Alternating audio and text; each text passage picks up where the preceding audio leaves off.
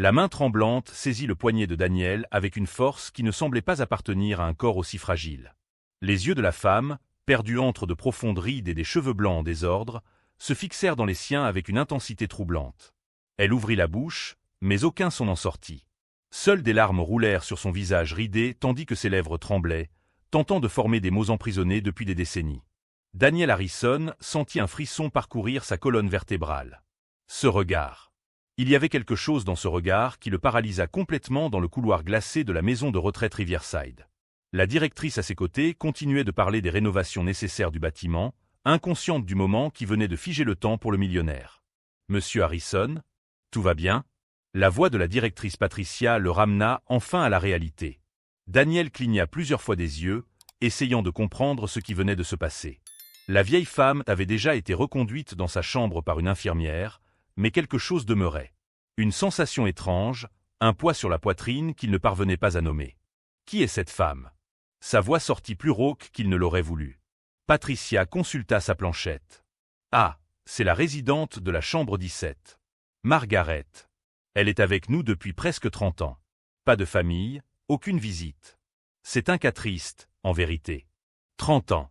Le chiffre résonna dans l'esprit de Daniel comme une cloche funèbre. 3 décennies plus tôt, Daniel Harrison n'était qu'un garçon de 8 ans vivant dans la petite ville de Millbrook. Sa vie avait complètement changé une nuit d'orage, lorsque ses parents étaient partis en voiture et n'étaient jamais revenus. La police avait retrouvé le véhicule détruit au fond d'un ravin. Son père avait été retrouvé mort sur les lieux. Sa mère avait disparu. Des recherches furent menées pendant des semaines, mais Elizabeth Harrison ne fut jamais retrouvée. La conclusion officielle fut qu'elle avait été emportée par le courant de la rivière voisine. Daniel fut élevé par sa tante Hélène, la sœur aînée de son père. Hélène reprit les affaires familiales, la petite chaîne d'hôtels que le grand-père Harrison avait fondée.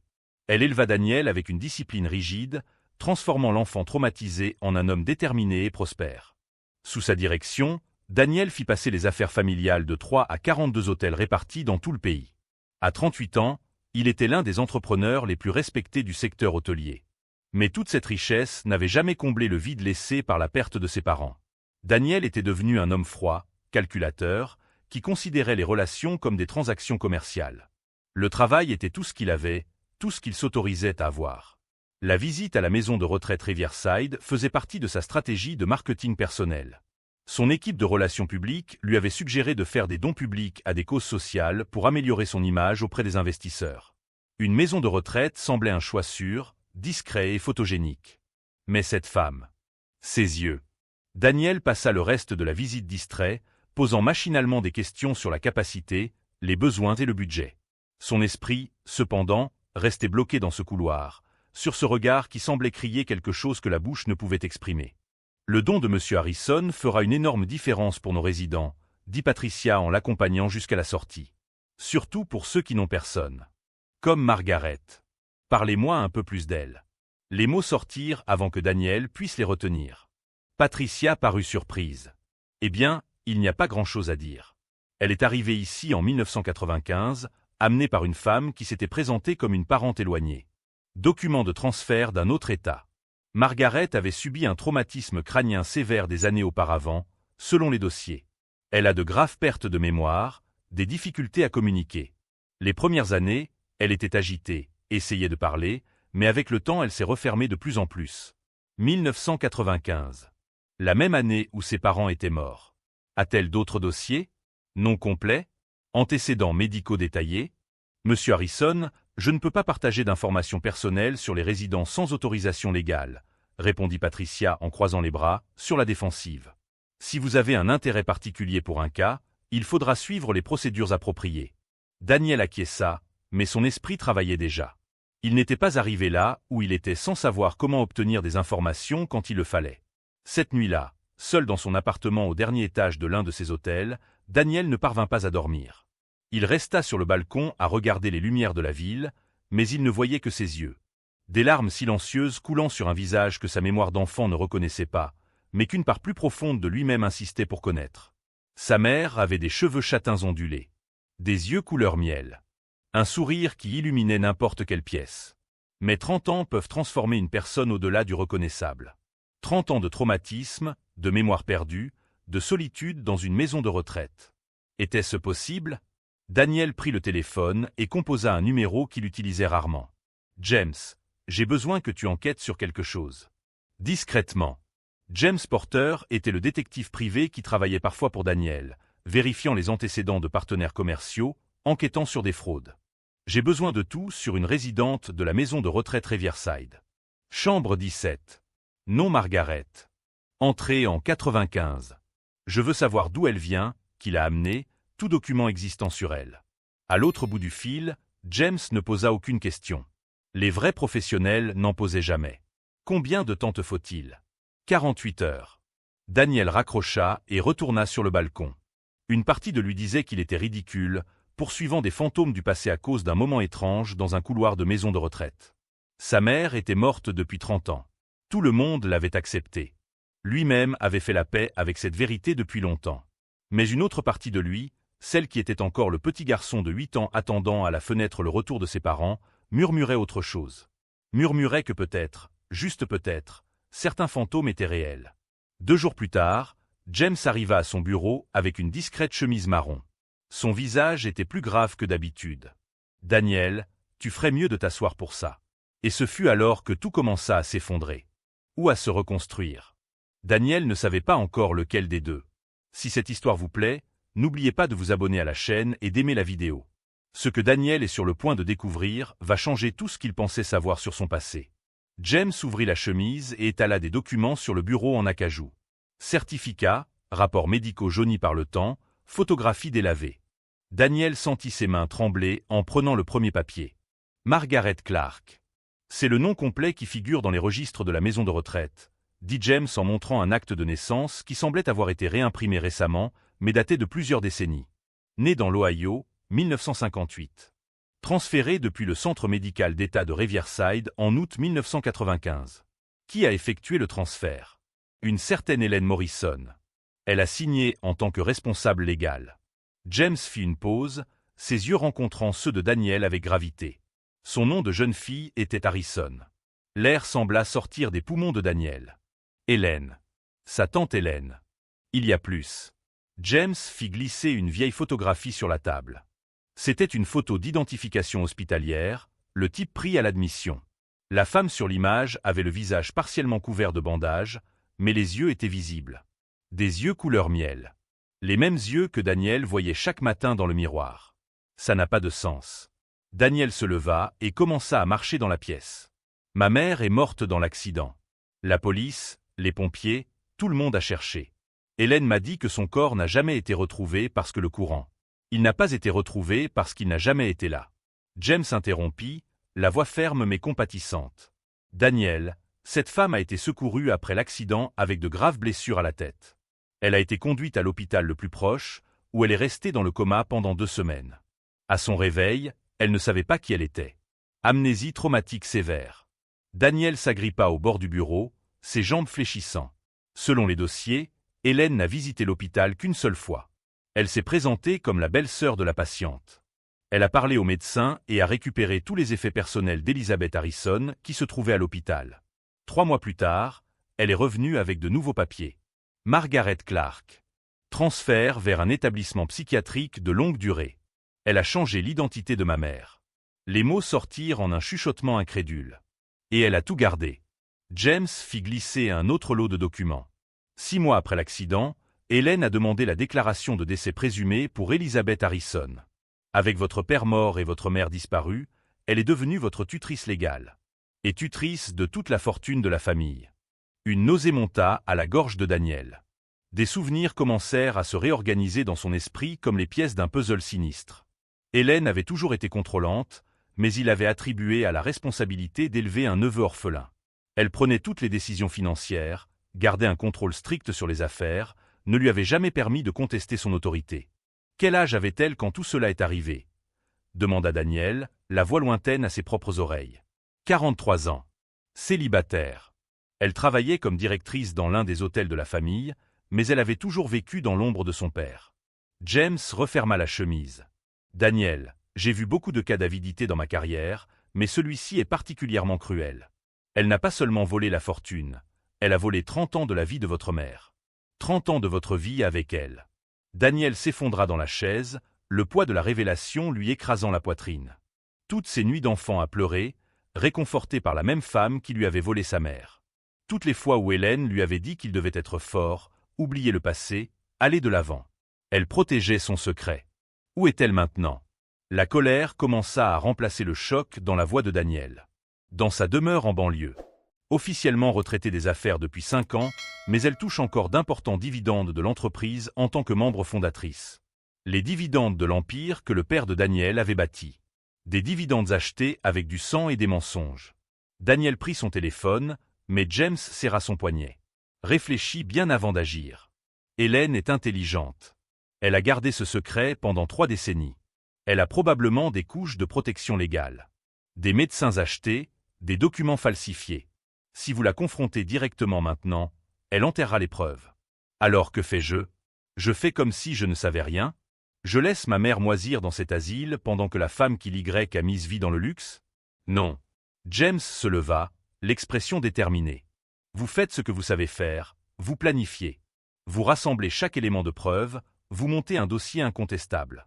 Et quand vous serez prêt, vous détruirez son monde de la même manière qu'elle a détruit le vôtre. Cette nuit-là, Daniel se rendit au Riverside. Il n'annonça pas sa visite. Il se présenta simplement à l'heure des visites, vêtu de vêtements décontractés au lieu de ses costumes italiens. Patricia n'était pas de service. La réceptionniste de nuit leva à peine les yeux lorsqu'il signa le registre des visiteurs. La chambre 17 se trouvait au bout d'un couloir mal éclairé. Daniel s'arrêta devant la porte, le cœur battant si fort qu'il avait l'impression qu'il allait sortir de sa poitrine. Il prit une grande inspiration et poussa la porte. La femme était assise dans un fauteuil roulant près de la fenêtre, regardant le ciel nocturne. La faible lumière de la lune dessinait des ombres sur son visage. En entendant la porte, elle tourna lentement la tête. Et sourit. C'était un sourire faible, confus, mais sincère. Daniel sentit ses jambes flancher de nouveau. Il tira une chaise et s'assit à côté d'elle, ne sachant que dire, ne sachant pas si elle comprendrait quoi que ce soit. « Bonjour. » Sa voix trembla. « Je m'appelle Daniel. » Elle inclina la tête, comme un oiseau curieux. Ses lèvres bougèrent, essayant de former des sons. Enfin, un mot sortit, faible et traînant. « Dédanie. » Des larmes brûlèrent les yeux de Daniel. C'est ainsi que sa mère l'appelait quand il était petit. Danny. Il l'avait oublié. Hélène utilisait toujours Daniel, formel et froid. Oui. Il prit sa main, si petite et fragile entre les siennes. Danny. Elle serra sa main avec une force surprenante. Des larmes coulèrent à nouveau sur son visage, mais cette fois elle souriait. Sa bouche s'ouvrit, se referma, s'ouvrit encore. Luttant contre un cerveau endommagé, contre 3 décennies de silence imposé. Aimons, mon garçon. Daniel s'effondra. 38 ans de retenue émotionnelle, d'être l'homme d'affaires froid et calculateur, de prétendre ne pas regretter l'absence d'une mère, tout s'effondra dans cette chambre sombre d'asile. Il posa la tête sur ses genoux et pleura comme il n'avait pas pleuré depuis son enfance. Et elle, de ses mains tremblantes, caressa ses cheveux. Comme font les mères. Comme elle avait probablement rêvé de le faire pendant 30 ans. Je vais vous sortir d'ici. Il releva la tête, essuyant ses larmes. Je vais vous ramener. Et je la ferai payer pour chaque jour qu'elle nous a volé. Elle ne comprit pas tous les mots. Mais elle comprit la promesse dans sa voix. Elle comprit que, d'une manière ou d'une autre, son fils était revenu. Et pour la première fois en 30 ans, il y eut de l'espoir dans ses yeux couleur miel. Dehors, cachée dans l'ombre du parking, Hélène Harrison observait la fenêtre de la chambre 17. Elle avait reçu un appel de la réceptionniste, qui était sur sa liste de paix depuis des années pour signaler tout visiteur inhabituel. Lorsqu'elle apprit que Daniel était là, son sang se figea. Hélène serra le téléphone dans sa main, son esprit travaillant à toute vitesse. 30 ans à garder ce secret. 30 ans à s'assurer qu'Elisabeth ne soit jamais retrouvée, que Daniel ne découvre jamais la vérité. Et maintenant, à cause d'une visite fortuite à une maison de retraite, tout risquait de s'effondrer. Mais Hélène n'était pas arrivée là en étant naïve. Elle avait des plans de contingence. Elle en avait toujours eu. Daniel ne rentra pas chez lui cette nuit-là. Il prit plutôt la route directement pour le bureau de son avocat, Thomas Green, le même homme qui avait géré des contrats multimillionnaires pour son entreprise. Il était 3 heures du matin quand il réveilla Thomas par téléphone. « J'ai besoin de vous maintenant. C'est urgent. » 1 heure plus tard, assis dans son bureau privé, Daniel étala tous les documents que James avait rassemblés. Thomas, encore à moitié endormi, se réveillait à mesure qu'il comprenait l'ampleur de ce qu'il voyait. C'est de la fraude à un niveau criminel. Thomas ajusta ses lunettes en examinant l'acte de naissance falsifié. Faux document, appropriation indue, enlèvement légal, peut-être. Daniel, votre tante risque la prison à perpétuité. Je ne veux pas seulement une justice pénale. La voix de Daniel était un pur glaçon. Je veux tout. Chaque centime qu'elle a volé, chaque action de l'entreprise qui aurait dû revenir à ma mère, chaque propriété achetée avec de l'argent qui n'était pas à elle. Je veux la laisser sans rien. Thomas prit une profonde inspiration. Ce sera compliqué. Elle a d'excellents avocats, des ressources pratiquement illimitées. Et le temps plaide pour elle. 30 ans de possession, même frauduleuse, tissent une toile juridique difficile à défaire. Alors dites-moi ce qu'il nous faut. Thomas commença à prendre des notes. D'abord, il nous faut des preuves irréfutables que Margaret Clark est Elizabeth Harrison. Un test ADN serait idéal. Ensuite, il faut retracer chaque document qu'Hélène a falsifié, chaque pot de vin qu'elle a versé. Quelqu'un l'a aidé pour ça. Médecin, employé d'hôpital, peut être même des policiers. On trouve un maillon faible, on bâtit le dossier à partir de là. Troisièmement, il faut protéger votre mère. Si Hélène découvre que vous savez, elle peut tenter d'effacer des preuves. Ou pire. Daniel sentit un frisson. Vous pensez qu'elle serait capable de 1 milliard de dollars d'actifs, Daniel. Les gens tuent pour bien moins. Dans les jours qui suivirent, Daniel orchestra sa stratégie avec la précision qu'il mettait à conclure des affaires. Il engagea une équipe médicale privée pour évaluer sa mère sous le prétexte d'être un bienfaiteur philanthrope souhaitant améliorer les soins des résidents. Le prélèvement d'ADN fut effectué discrètement lors d'un examen de routine. James fouilla dans les dossiers hospitaliers de 1995. Cela prit 3 semaines, mais il trouva le premier fil lâche. Une infirmière nommée Carol Bennett avait travaillé au centre médical d'État à l'époque de l'accident. Maintenant retraitée, vivant modestement dans une petite maison en banlieue. Daniel alla la voir en personne. Carol était une femme dans la soixantaine, cheveux grisonnants, mains marquées par des décennies de travail. Quand Daniel se présenta et expliqua la raison de sa visite, son visage pâlit. Je savais que ce jour arriverait. Elle tomba dans le canapé en tremblant. 30 ans à porter ça. Racontez-moi tout. Carol ferma les yeux, retournant au passé. La femme est entrée inconsciente. Des blessures terribles à la tête. Nous avons fait tout ce que nous pouvions. Quand elle s'est réveillée, elle ne savait pas qui elle était. La belle-sœur est apparue, elle avait l'air tellement inquiète, tellement dévouée. Elle venait tous les jours, restait des heures à parler avec les médecins. Et ensuite, une nuit, elle est venue me trouver dans le parking. Elle a dit que la famille était détruite, que le garçon était traumatisé. Elle a dit que la récupération serait longue, peut être impossible, et que ce serait mieux pour tout le monde si Elisabeth pouvait reposer en paix, recevoir des soins sans le poids des attentes familiales. Carol essuya une larme. Elle m'a proposé 50 000 $. 50 000 $ pour modifier quelques dossiers, créer une nouvelle identité pour la patiente. J'avais des dettes médicales pour mon propre fils. J'étais désespéré. Qui d'autre était impliqué? Le docteur Raymond Foster était le médecin responsable. C'est lui qui a signé les papiers de transfert. Et il y avait un policier, Greg quelque chose, qui enquêtait sur l'accident. Tous ont été payés. Tous sont restés silencieux. Daniel enregistra tout. Avec le consentement de Carol, bien sûr. Elle en avait assez de porter la culpabilité. Le docteur Foster fut plus difficile à localiser. Il avait déménagé dans un autre État et exerçait toujours la médecine. Daniel prit un vol avec James. Le médecin, maintenant dans les 70 ans, nia d'abord toute implication. Mais confronté au témoignage de Carol et à la menace de perdre sa licence et de faire face à des poursuites pénales, il s'effondra. Hélène Harrison m'a contacté avant même l'accident, dit-il. La révélation tomba comme une bombe. 2 mois avant. Elle voulait savoir quelles conditions médicales pouvaient être induites. Des symptômes qui paraîtraient naturels, mais qui pourraient être provoqués par des médicaments. Le sang de Daniel se glaça. Vous voulez dire que l'accident n'était pas un accident? Je ne sais pas. Elle posait des questions, je pensais que c'était de la curiosité académique. Mais ensuite, l'accident se produisit exactement comme il avait fait, et elle arriva en sachant exactement quoi faire. Foster secoua la tête. J'aurais dû aller à la police. Mais elle m'a payé 200 000 $. Et j'avais des dettes de jeu. J'ai fait le mauvais choix. Daniel quitta cette consultation plus en colère qu'il n'était arrivé. Hélène n'avait pas seulement volé sa mère. Elle avait peut-être tout planifié depuis le début. Le policier, Greg Mitchell, était mort depuis 5 ans. Mais sa veuve avait conservé des documents.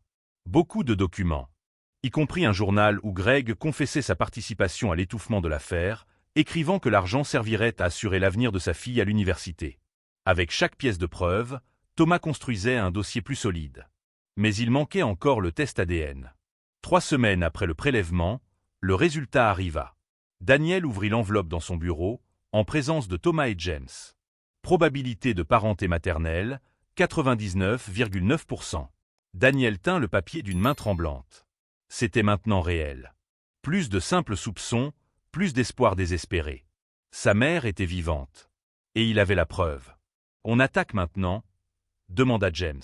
« Pas encore. » Daniel rangea le résultat dans son coffre personnel. « Hélène est rusée. Si nous agissons maintenant, elle traînera l'affaire devant les tribunaux pendant des années. Il me faut quelque chose de définitif. Quelque chose qu'elle ne pourra pas contester ou enterrer grâce à des avocats coûteux. Que avez-vous en tête ?» Daniel prit son téléphone et ouvrit une vieille photo. C'était la propriété familiale, la maison où il avait grandi. Après qu'Hélène eut tout pris en main, elle avait vendu la maison, mais gardé la ferme adjacente, Pine Valley Estate, un terrain de 20 acres qui avait appartenu au grand-père de Daniel. Ma mère tenait un bureau à la ferme. Elle gérait les finances familiales depuis là. Si Hélène a été si minutieuse pour effacer les traces, je parie qu'il y a des documents originaux cachés quelque part sur cette propriété. Des choses qu'elle ne pouvait pas détruire complètement, mais qu'elle devait tenir à l'écart des regards curieux. Vous voulez perquisitionner la propriété? Pas perquisitionner. Visiter. Daniel sourit froidement. Demain, c'est l'anniversaire d'Hélène. 69 ans. Elle fait toujours un dîner pour des associés proches. Je n'y vais jamais, mais cette année je vais faire une exception. Et pendant qu'elle s'occupera de ses invités, James ira fouiller la maison. Thomas secoua la tête. C'est risqué. Si vous vous faites prendre. Nous ne nous ferons pas prendre. Daniel se leva, la détermination brûlant dans ses yeux. Hélène a passé 30 ans à croire qu'elle était intouchable, qu'elle avait enterré le secret si profondément qu'il ne pourrait jamais être découvert. Il est temps de lui montrer qu'aucun secret ne reste enterré pour toujours. Cette nuit-là, Daniel rendit visite à sa mère encore une fois. Elle était plus alerte cette fois et le reconnut immédiatement. Il lui prit la main et lui confia à voix basse ce qu'il prévoyait. Elle ne saisissait pas tous les détails. Son esprit n'était encore qu'un brouillard de souvenirs fragmentés, mais elle comprit l'essentiel. Son fils se battait pour elle. Elle serra sa main et, avec un effort immense, murmura 2 mots que Daniel n'oublierait jamais. « Mon héros ». Et à cet instant, Daniel n'était plus l'homme d'affaires froid et calculateur. Il était redevenu ce petit garçon de 8 ans qui ne voulait que protéger sa mère. Sauf qu'à présent il disposait des ressources, du savoir et de la détermination pour le faire. La demeure d'Hélène brillait de lumière dorée lorsque Daniel arriva. Des voituriers en uniforme garaient des voitures de luxe, tandis que des invités en tenue élégante montaient le grand escalier de marbre. Daniel prit une profonde inspiration, ajusta sa cravate et entra. Hélène se tenait au centre du grand salon, engagée dans des conversations avec des hommes d'affaires et des politiciens locaux. Quand ses yeux croisèrent ceux de Daniel entrant par la porte, elle se figea une fraction de seconde. Puis elle retrouva contenance, son visage se transformant en un masque de surprise agréable. « Daniel! Quelle merveilleuse surprise !» s'exclama-t-elle en s'approchant, les bras ouverts. « Tu ne viens jamais à mes dîners. » J'ai pensé qu'il était temps d'y remédier, répondit Daniel en acceptant l'étreinte superficielle, ressentant du dégoût à toucher la femme qui avait détruit sa famille. Après tout, 69 ans, c'est une date importante. Tu as toujours été si attentionné, dit Hélène en lui prenant le bras pour le guider à travers la fête. Viens, laisse-moi te présenter à quelques personnes. Pendant l'heure qui suivit, Daniel joua le rôle du neveu dévoué. Il sourit, salua, parla affaires. Tout en vérifiant discrètement son téléphone, attendant le message de James confirmant qu'il était entré dans la propriété. Le message arriva à 8h43. À l'intérieur. Je cherche. Daniel se détendit légèrement. Il ne lui restait plus qu'à distraire Hélène. Tante Hélène, pouvons-nous parler en privé? Demanda-t-il quand il y eut une accalmie dans les interactions sociales. À propos des affaires. Quelque chose brilla dans les yeux d'Hélène. De la prudence. Bien sûr, mon cher. Allons dans mon bureau. Le bureau d'Hélène était un monument à l'ego. Des murs couverts de trophées, de photos avec des personnalités, de diplômes encadrés. Daniel remarqua qu'il n'y avait pas une seule photo de lui ou de ses parents. « De quoi veux-tu parler ?» demanda Hélène en se servant un verre de vin, sans lui en offrir. « De l'avenir de l'entreprise. J'envisage d'étendre nos activités au secteur des soins de longue durée. Les maisons de retraite, plus précisément. observa Daniel en guettant son visage. La main d'Hélène trembla presque imperceptiblement en portant le verre à ses lèvres. Les maisons de retraite? Cela semble en dehors de notre domaine. J'en ai visité une récemment. Riverside. J'ai été impressionné par le modèle économique. Et j'y ai rencontré des gens fascinants. Fit-il une pause significative. Une résidente en particulier a attiré mon attention. Margaret Clark. Ce nom te dit quelque chose? Le silence qui suivit fut assourdissant. Hélène posa son verre sur la table d'une main ferme, mais Daniel vit le muscle de sa mâchoire se contracter. Devrait-il? Dit-elle d'une voix glaciale. Je pensais que oui. Puisque c'est toi qui l'as placé là. Il y a 30 ans. Hélène ne bougea pas. Elle ne nia pas, ne confirma pas. Elle le fixa simplement, calculant combien il savait, à quel point il était dangereux. Je ne vois pas de quoi tu parles. Non? Daniel sortit une chemise de son veston. Il avait apporté des copies, bien sûr, jamais les originaux. Alors peut-être que ceci te rafraîchira la mémoire. Témoignage de Carol Bennett. Du docteur Raymond Foster. Documents hospitaliers originaux. Et mon préféré, dit-il en posant le résultat du test ADN sur la table. Une preuve scientifique que Margaret Clark est Elizabeth Harrison. Ma mère. Le masque d'Hélène se fissura enfin. Son visage se contracta de fureur, puis de calcul froid, puis de résignation. Elle s'effondra dans son fauteuil, paraissant soudain beaucoup plus âgée que ses 69 ans. Comment as-tu découvert? Ses yeux. Dès que je l'ai vu, quelque chose en moi savait, répondit Daniel en se penchant. Mais ce n'est pas vraiment ce que tu veux savoir, n'est-ce pas? Tu veux savoir ce que je vais faire maintenant. Hélène releva le menton, retrouvant un peu de son arrogance. Tu n'as rien. Ces témoignages? De gens qui ont admis avoir participé à un crime. Tout avocat compétent détruirait leur crédibilité. Et 30 ans de possession, c'est de la possession. Même si tu prouves qu'il y a eu des irrégularités, la plupart des actifs sont légalement protégés. Tu as raison, acquiesça Daniel. Une action en justice serait longue, compliquée. Peut-être des années. Et tu as les ressources pour traîner cela indéfiniment. Hélène se détendit légèrement. Alors soyons raisonnables. Tu veux une compensation pour ta mère? Nous pouvons négocier. Une somme généreuse pour les soins médicaux, une propriété, peut-être quelques actions. Il n'est pas nécessaire de détruire la famille pour. Mais je ne vais pas te poursuivre, tante Hélène, interrompit Daniel d'une voix douce mais mortelle. Je vais faire bien mieux. Je vais raconter ton histoire. Le sang quitta le visage d'Hélène. Demain matin, chaque grand journal du pays recevra un dossier complet. L'histoire de comment Hélène Harrison a volé la fortune familiale en falsifiant la mort de sa belle-sœur. Comment elle a payé des médecins et des policiers pour cacher une femme amnésique dans un asile. Comment elle a élevé son neveu orphelin tandis que sa mère dépérissait à quelques kilomètres. Dit Daniel en se levant. J'ai des interviews enregistrées, des documents numérisés, le test ADN. Tout est vérifiable. Tout est vrai. Tu ne peux pas faire ça, s'écria Hélène en frappant la table. L'entreprise. Les actionnaires. Cela détruira tout ce que nous avons construit. Tout ce que Théoï tu as construit sur des mensonges et du sang, tonna Daniel. Je me fiche de l'entreprise. Je me fiche de l'argent. Ce qui m'importe, c'est de te dévoiler pour le monstre que tu es. Son téléphone vibra. Message de James, trouvé. Coffre derrière le tableau dans la grange. Ses journaux. Elle y avoue tout. Daniel montra l'écran à Hélène. Et mon détective vient de trouver tes journaux. Les vrais, où tu as documenté chaque étape de ton plan. Probablement pour te protéger si quelque chose tournait mal. Hélène chancela, agrippant le bord de la table. Toute la couleur avait disparu de son visage. Daniel, je t'en prie. Je t'ai élevé. Je t'ai tout donné. Tu m'as tout volé. Explosa Daniel, la rage accumulée pendant 30 ans éclatant enfin. Tu m'as volé ma mère, mon enfance, ma famille. Et pour les 30 prochaines années, tu pourriras en prison en pensant à ce que tu as fait. La porte du bureau s'ouvrit. Thomas entra, accompagné de 2 détectives de police. Hélène regarda autour d'elle, acculée, cherchant une issue qui n'existait pas. Hélène Morrison Harrison, commença l'un des détectives, vous êtes en état d'arrestation pour falsification de documents, détournement de fonds, fraude et enlèvement. Vous avez le droit de garder le silence. Pendant qu'on lui lisait ses droits, Hélène regarda Daniel. Non pas avec colère, mais avec quelque chose qui ressemblait à du respect. Tu es devenu aussi impitoyable que moi. Non, répondit Daniel en secouant la tête. Je suis impitoyable pour la justice. Toi, tu l'étais pour la cupidité. Il y a une différence. Alors qu'on emmenait Hélène menottée, les invités de la fête se pressaient dans le couloir, choqués, prenant des photos, chuchotant. Le lendemain, tout le monde saurait. La chute d'Hélène Harrison serait aussi publique que son ascension avait été silencieuse. Daniel quitta la demeure et se rendit directement à l'asile Riverside. Même s'il était presque minuit, il devait voir sa mère. Il devait lui dire que tout était fini, qu'elle était en sécurité. Il la trouva éveillée, comme si elle l'attendait. Lorsqu'il entra dans la chambre, elle tendit les mains.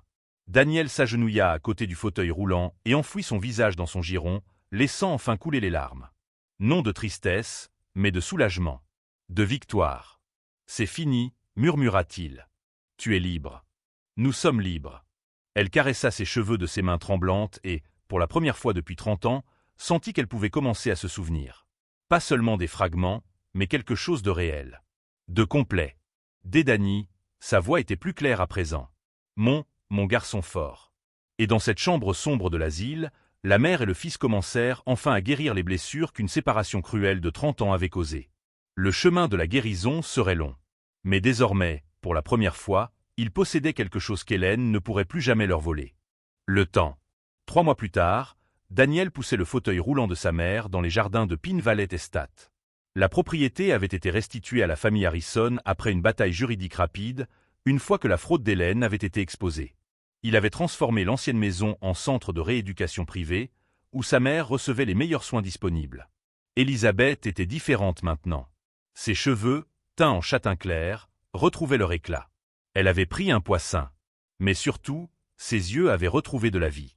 Le brouillard de confusion se dissipait lentement, comme une brume sous le soleil du matin. Cet arbre. Elle montra un immense chêne au centre du jardin. Ses mots étaient encore lents, mais chaque jour il s'améliorait. Je me souviens. Daniel arrêta le fauteuil. Que te souviens-tu, maman? Toi, petit. 3 ans. Tombé, branche. Elle toucha son front. Sang. Et pleurait. Daniel sentit un nœud dans sa gorge. Il avait une petite cicatrice au-dessus du sourcil gauche. Il n'avait jamais su comment il l'avait eue. Tu étais là. Tu m'as emmené à l'hôpital. Elle acquiesça en souriant. Chaque souvenir retrouvé était une victoire. Les médecins disaient qu'elle ne pourrait peut-être jamais tout récupérer, le traumatisme ayant été trop sévère. Mais récupérer quelque chose, après 3 décennies d'obscurité, était un miracle. Le procès d'Hélène avait été rapide et brutal. Avec les journaux confessionnels, les témoignages enregistrés et les preuves documentaires, sa défense s'était effondrée en quelques semaines. Elle avait été condamnée à 25 ans de prison pour plusieurs chefs d'accusation. À son âge, c'était essentiellement une peine à perpétuité. Daniel lui rendit visite une fois, 2 semaines après la condamnation. Elle était maigre, pâle, les cheveux gris en désordre. La femme puissante qui contrôlait des millions s'était réduite à une prisonnière brisée. « Pourquoi êtes-vous venu ?» demanda-t-elle à travers la vitre de la salle de visite. « Pour comprendre. » Daniel se pencha en avant. « Comment quelqu'un peut faire ce que vous avez fait ?» Hélène resta longtemps silencieuse. Enfin, elle soupira. « Jalousie. Ton père était le favori, il l'a toujours été. Il a hérité des affaires, du respect, de l'amour de nos parents. Je travaillais 2 fois plus, mais j'étais invisible. Quand ils sont morts, ils ont tout laissé à lui. Pour moi, des miettes. » Elle regarda ses mains. « Quand j'ai vu l'occasion, quand l'accident est arrivé, j'ai pensé que ce serait enfin mon tour. Ce serait moi aux commandes, moi avec le pouvoir, moi vu. Alors vous avez sacrifié toute une famille pour votre ambition. » Oui. Elle ne détourna pas le regard. « Et j'aurais vécu les 30 meilleures années de ma vie. Mais les 3 derniers mois ont été un enfer. Et les 25 prochaines années seront pires. Alors je te demande, Daniel, cela en valait-il la peine ?» Il se leva pour partir. « C'est une question à laquelle toi seul peux répondre. » Ce fut la dernière fois qu'ils parlèrent. De retour dans les jardins de Pine Valley, Daniel observait sa mère cueillir des fleurs, une activité que les thérapeutes avaient suggérée pour stimuler la coordination motrice et la mémoire sensorielle. Elle sentait chaque fleur avec une concentration enfantine, comme si elle redécouvrait le monde. Daniel. Thomas apparut sur le sentier du jardin, une liasse de dossiers sous le bras. « J'ai les documents finaux. » Ils s'assirent sur un banc pendant que Thomas expliquait. La fortune d'Hélène avait été complètement auditée. Chaque centime volé à la famille Harrison serait restitué. L'entreprise serait restructurée, Elisabeth retrouvant sa position d'actionnaire majoritaire. Daniel serait le gestionnaire, mais les décisions finales seraient prises par elle, lorsqu'elle serait prête. Et ce n'est pas tout. Thomas sourit. Nous avons trouvé d'autres victimes du système d'Hélène. Des employés qu'elle avait injustement licenciés, des partenaires commerciaux qu'elle avait fraudés. Nous mettons en place un fonds de réparation. Votre mère sera reconnue non seulement comme victime, mais comme quelqu'un ayant contribué à corriger de multiples injustices. Daniel regarda Elisabeth, qui parlait maintenant avec enthousiasme à une infirmière des fleurs. Son discours était saccadé, mais enthousiaste. Elle revenait, morceau par morceau, jour après jour. « Tu sais ce qui est drôle ?» dit Daniel. « J'ai passé 30 ans à construire un empire, accumuler des richesses, poursuivre le succès. Je pensais que cela comblerait le vide. Mais je fuyais juste des fantômes. » Il fit une pause. Il a fallu 5 minutes dans un couloir d'asile pour réaliser que je cherchais dans la mauvaise direction depuis le début. Thomas posa sa main sur son épaule. « Tu as trouvé ce que tu cherchais. » J'ai trouvé mieux. J'ai trouvé un but. Dans les semaines suivantes, Daniel transforma son approche des affaires. La moitié des profits de ses hôtels seraient destinés à des œuvres caritatives, avec un accent particulier sur les maisons de retraite et les centres de rééducation. Il mit en place un programme permettant aux employés de prendre des congés payés pour s'occuper de parents âgés. Il créa des fonds de bourse pour les familles incapables de payer des soins adéquats. Les médias l'appelèrent le philanthrope transformé. Mais Daniel savait la vérité. Il essayait simplement de garantir qu'aucune autre famille ne subisse ce que la sienne avait subi. 6 mois après l'arrestation d'Hélène, Elisabeth fit son plus grand progrès. C'était un après-midi de dimanche. Daniel lui lisait dans le jardin quand elle saisit soudainement son poignet. « Daniel Robert Harrison », dit-elle clairement, sans hésitation. Né le 15 mars 1987. Daniel laissa tomber le livre. « Maman, tes yeux étaient verts quand tu étais bébé.